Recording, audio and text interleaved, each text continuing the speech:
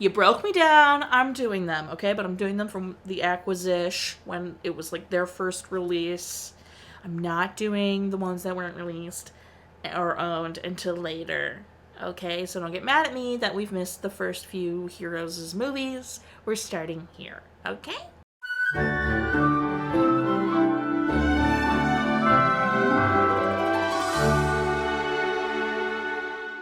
Welcome back to Ever This Movie Ever. My name is Jess and I'm watching Ever This Movie Ever. Today I'm going to be talking about The Avengers. The Avengers is a 2012 theatrical release about Captain America, Iron Man, Thor, Hawkeye, Black Widow, and the Hulk teaming up with Nick Fury and S.H.I.E.L.D. to defeat Loki and his alien army. It is written and directed by Joss Whedon, cinematography by Seamus McGarvey, editing by Jeffrey Ford and Lisa Lassek, and the music is by Alan Silvestri. The film stars Robert Downey Jr. as Tony Stark / Iron Man, Chris Evans as Steve Rogers / Captain America, Mark Ruffalo as Bruce Banner / the Hulk, Chris Hemsworth as Thor, Scarlett Johansson as Natasha Romanoff / Black Widow, Jeremy Renner as Clint Barton / Hawkeye, Samuel L. Jackson as Nick Fury, Tom Hiddleston as Loki, Colbie Summers as Agent Hill, and Clark Gregg as Agent Coulson. The concept began in 2003. Marvel allied with Merrill Lynch to make standalone films before coming together in a crossover.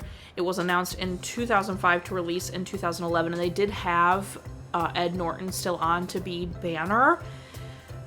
They ended up making a 5-picture deal with Paramount Pictures to release with Paramount, and then in 2008, Downey signed on to do The Avengers. Cheadle said he didn't think War Machine will be in The Avengers. Jon Favreau became executive producer and said he'd be pretty heavily involved even though he wouldn't be directing because he set up the Iron Man universe, and to bring a bunch of aliens into what is a really tech-heavy universe is difficult, so he wanted to be there for it. In 2009, Samuel L. Jackson signed a 9-picture deal with Marvel.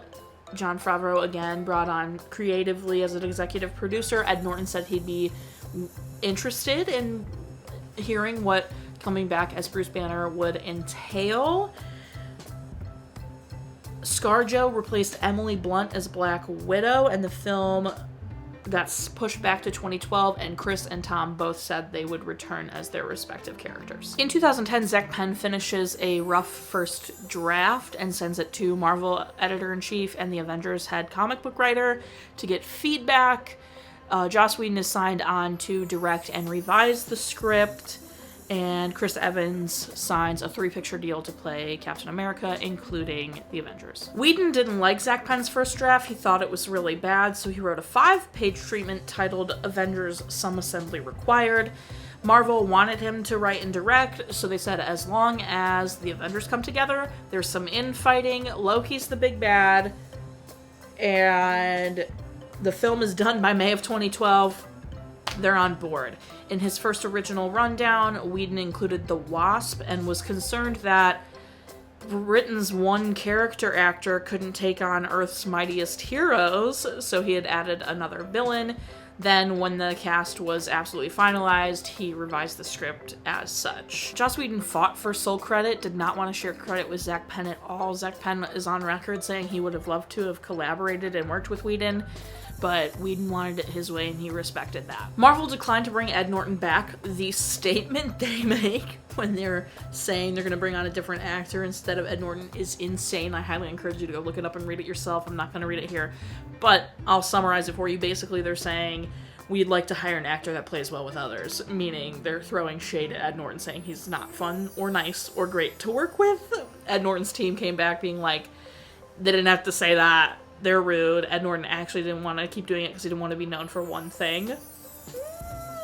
Insane. In October 2010, Disney made the deal with Paramount to release The Avengers and Iron Man 3. Paramount loved the deal because they still got their 8% profit and they still had TV rights. The filming was set to take place in Albuquerque from April 2011 to September 2011. They also were set to film in Cleveland. They did also film some other places. And in 2011, casting was finalized. Colbie Summers brought on to play Maria Hill, Paul Bettany for Jarvis.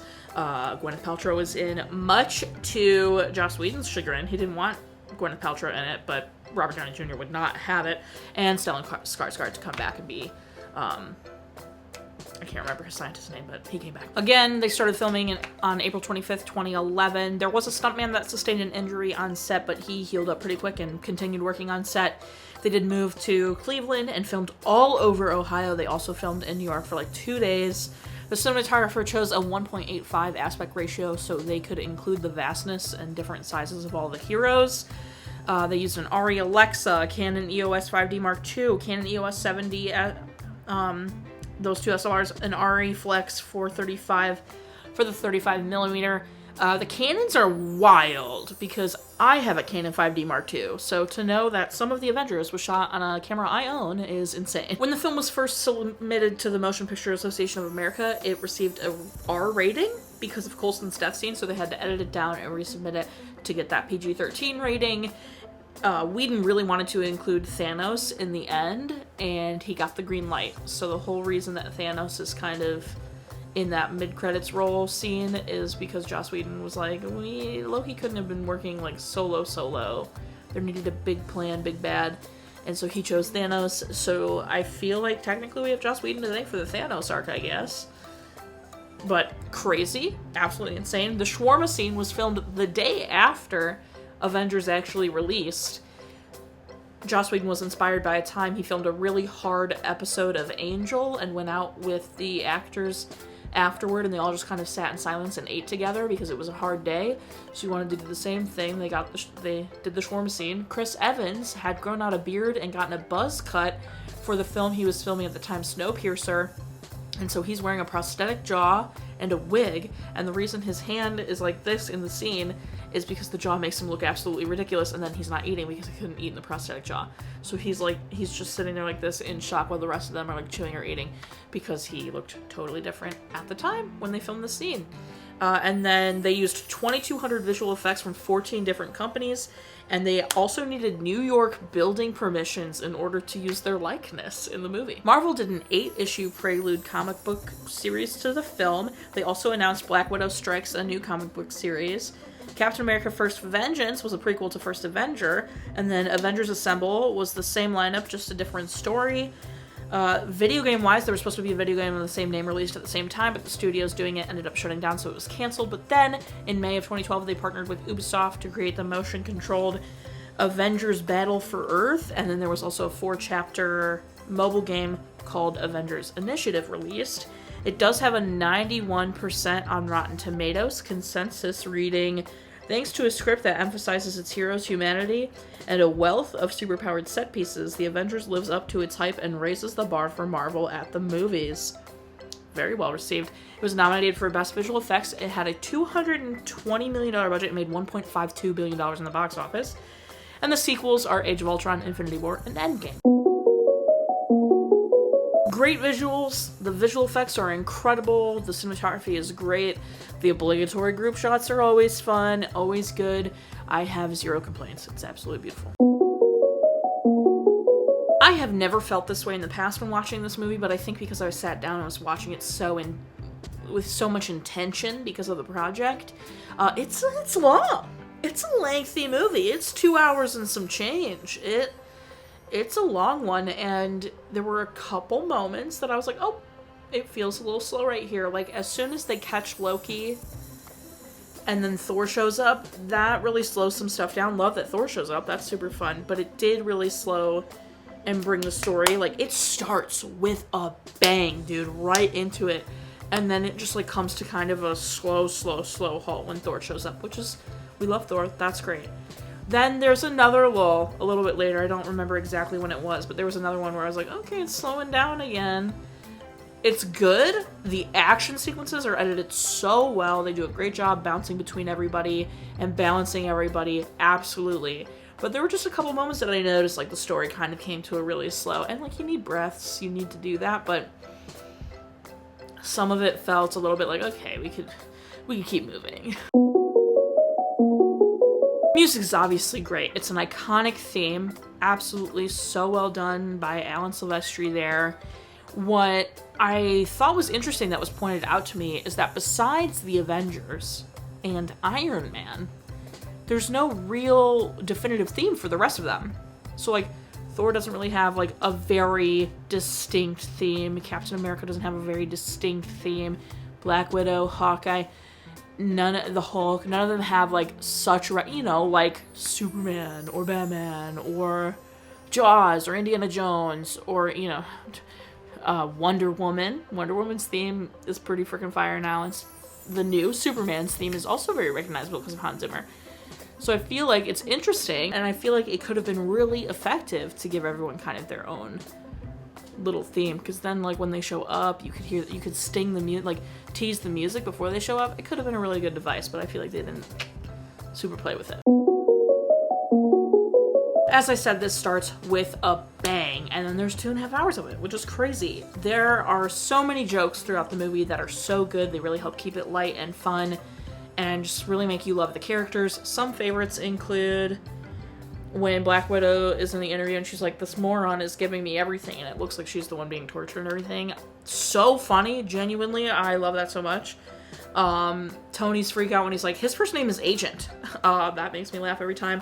Him calling Loki reindeer games took me out this time. I don't think I've ever laughed that hard at that joke before, but it just took me out. Him calling him reindeer games, because I think I had just made a comment about how I thought Loki's horns were stupid or whatever. I know a lot of people like them, but that's stupid. Anyway, many more understood the reference. Is an iconic one. Like, you know, Cap feels so lost, but he understands the Flying Monkeys reference because he was alive for the Wizard of Oz. Tony realizing, you know, where Loki would want to do the thing at Stark Tower, and is like, son of a, you know, it's so good. So many good ones. The Captain America reveals both times. The one where he's punching the punching bags, but then also the reveal when he's about to fight Loki, when Loki just like pistol whipped basically that guy. So good. Fury fighting for the Avengers initiative and just really fighting like, we need these people, let's give them a chance, let's let them do this. Thor showing up was also a great reveal with the thunder. I'm not fond, like, are you scared of lightning? I'm not fond of what follows, and that it's Thor was super good, but that, again, like I said, did slow down everything. The Avengers Initiative moment with, like, the baseball card, trading cards was really effective, super strong, love that scene.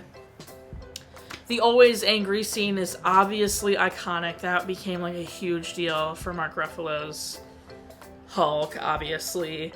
All in all, it's a super fun movie. It's really fun to get all of your favorites to come together like this and watch them work together and become a little team family. And I remember saying when I was watching it, like, actively, like when these were all coming out, I remember talking about it extensively, like with my friends, family, whoever, being like, this will never happen again. Just like Harry Potter, you know, like Harry Potter 1 through 8, all the same actors, unless of course someone died, and like they were able to do all of the, and well, and like all this kind of stuff. Like, I was like, this will never happen again. I feel the same way about these Marvel movies. I don't think this will ever happen again.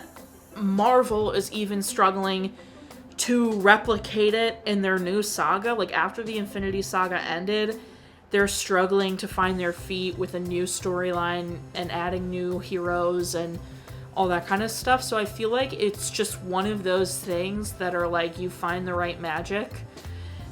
And I don't know if, like, obviously Harry Potter and Avengers, I guess you could say, is similar, but at the same time not, because it is like different all around, because there's not like 8 Avengers movies, right? There's like 32 in the Infinity Saga, but they're all like, you know, Captain America has 3 movies, Iron Man has 3 movies, Thor has now 4 movies, you know, Black Widow's got 1 movie, Hawkeye has a show, the Hulk had 1 movie, and it wasn't even Mark Ruffalo's Hulk, you know? So it's like they all had their own stuff. Spider-Man had his stuff, Ant-Man had his stuff. So like they all have their own movie, Black Panther, etc., dealing with their own stuff, and then they come together for the Avengers, but there's only 4 Avengers movies. You know what I mean? So it's a little different, but again, a once-in-a-million thing that I truly, like, even Marvel's struggling to recreate it, and, like, DC's over here freaking trying to do the same thing, and they're always freaking fumbling the bag, it looks like. So I remember being like, I don't think this will ever happen again. This is just one of those things. And I couldn't, like, I was saying that back, like, at normal, like, Avengers. So the fact that it went on for, like, 10 years, and we got all of that, like, we got Infinity and Endgame and, like, all that kind of stuff is crazy to me, because that's hard. That's a lot of A-list actors doing a bunch of stuff, and the fact that they're all coming together and doing it is crazy, amazing. And it's not like kids for Harry Potter. It's all adults agreeing and coming back and being committed to that. And I think that can kind of circle back to Marvel's statement about, like, would Ed Norton have done this? You know? Like, would he have? They wanted team players, and I think it's safe to say they got team players. Yeah, some people are angry that some of them don't want to come back for stuff, but, like, they did it for 10 years. Like, leave them alone. You know, I know a lot of people are excited right now because Robert Downey Jr. is going to be Doctor Doom, and we're all excited. You know, everyone's excited to see, like, what does that mean? Like, is it a variant? Like, is he a Tony Stark variant? Or is he literally just coming back to play Doctor Doom? Because if he's just coming back to play Doctor Doom, that's silly. But if he's coming back and he's a variant of Tony Stark who turned into Doctor Doom, that's interesting, and that's going to pull a lot of people back. Anyway, I am digressing big time. Oh, another favorite moment of mine is Call It Cap, when Tony says, you know, make the call or whatever at the end. Or toward the end, I should say. I love that moment. It's hard for me when Tony and Steve fight. That's why I hate Civil War. I hate it. I've seen it like one time. I can't do it. I know Civil War is like everyone's freaking favorite movie because it's so good. It's so this, that, and the other. I hate when Tony and Steve fight. It makes me so sad and uncomfortable. So like after Civil War, when they're still like always at odds and fighting, it makes me so sad because I just have thoughts on both of them. You know, like Tony having PTSD, no one talks about it, which makes me so sad. But anyway, I digress again. That first post-credit scene is Thanos, like we talked about. It is not Josh Brolin playing Thanos yet, and he also looks way too darkish, reddish purple. And then the second post-credit scene is the shawarma scene, which I've also already touched on. For those that don't know, Marvel always does a post-credit scene, and the one in the mid-roll is not the one. So if you see the one in the mid-roll and you're like, okay, we can leave, no, stay to the very end of the credits always, if you didn't know that. Absolutely stellar chemistry between everyone. Truly, it's palpable just how stacked of a cast the Avengers is. The fact that you have all of these incredibly talented actors who have made names for themselves outside of it by doing other really incredible work is insane, and how they bounce off of each other in a room is really amazing to watch. It's super fun to watch. You know, you have established actors like Robert Downey Jr., obviously Iron Man was his big comeback, but before that, before he went and became unbondable and went to jail, he was a very well-known, very good actor. And Mark Ruffalo is an extremely well-known actor. Scarlett Johansson has had quite a few roles that are incredible. You know, everybody's kind of pulling this weight. And since they've all done amazing things, like Chris Hemsworth was just Damascus and Furiosa, and that he was insane in that. He was so good in that. So it's just such strong actors all in one room, and it shows. It's a superhero movie, but when you have this caliber of acting in it. My favorite part is probably like any when they come together moments or any jokes that are really funny.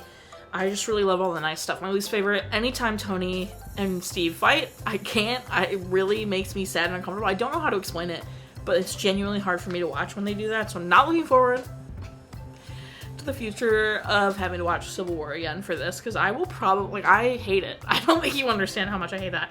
Recommend it, yes. Watch again, of course. This is not my first time, second time, or third time watching Avengers. I've seen these many times. I've done the full marathon before. A long time ago, before Infinity War came out, I did like all of them to catch up. I had seen most of them, but missed a couple, so I did all of them just to catch up and be in on it. And then I've done all of them with my mom before, just to get her fully and make sure she knew all of them before we went into like Endgame or something. So I have seen all of them many times. It's not that I'm not a Marvel fan. It's just I hate when Tony and Steve fight. Specific moments. Loki smacking the dude with the scepter is so good. I love it so much. I don't know why I love it so much, but I do. It's just so funny to me.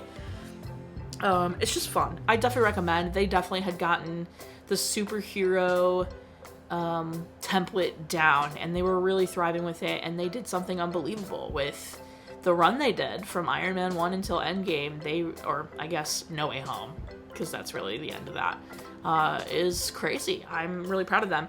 I have opinions about making the shows imperative to the plot. I do think that has been a big hindrance because it's easy for me to watch a 2-hour movie, not so easy for me to watch a 6-hour show.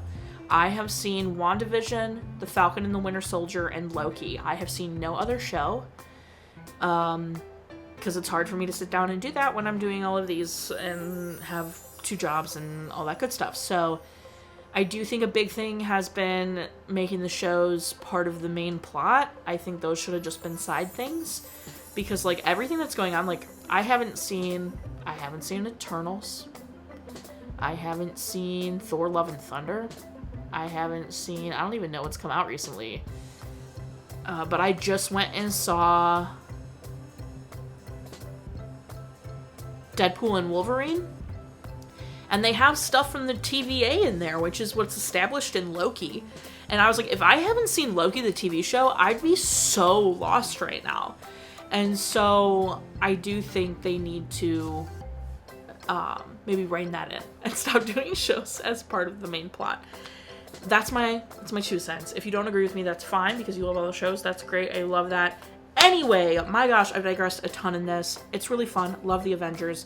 I'm excited to watch the rest of them with you guys so we can do it. I'm sorry we had to skip Iron Man 1 and 2, Captain America, and Thor. I'm sorry we had to skip them. Maybe one day I'll go back and watch those just for you guys as a little special. But this was Disney's first official release. Overall, fun movie. Love it. What's not to like? That's it. That's everything I have. Our final rating is 8 shawarmas out of 10. Our total movie count is... Parent death toll and cry count are still the same. If you want to keep up with the Movie I'm Watching When, follow me on all socials. Find out Movie I'm Watching When. I put up videos every Monday and Friday and sometimes Wednesday. Join Patreon. I got a tier starting at just $1. You get every video a week early, a coupon code for merch, and exclusive merch access. Tiers above that, you get daily trivia, monthly postcards, bonus content, all that good stuff. Buy merch. Merch is great. Merch is grand. Lots of fun designs. Go check it out. Until next time, comment, like, subscribe. I don't know, not in charge of your life. You are, so do you. And don't be... I'm going to say Loki about it. Even though we love Loki, kind of. Because, you know, it's Loki. Loki's fab. He's so cute. Tom Hiddleston. I can't wait for Thor 3. Because Get Help is the best.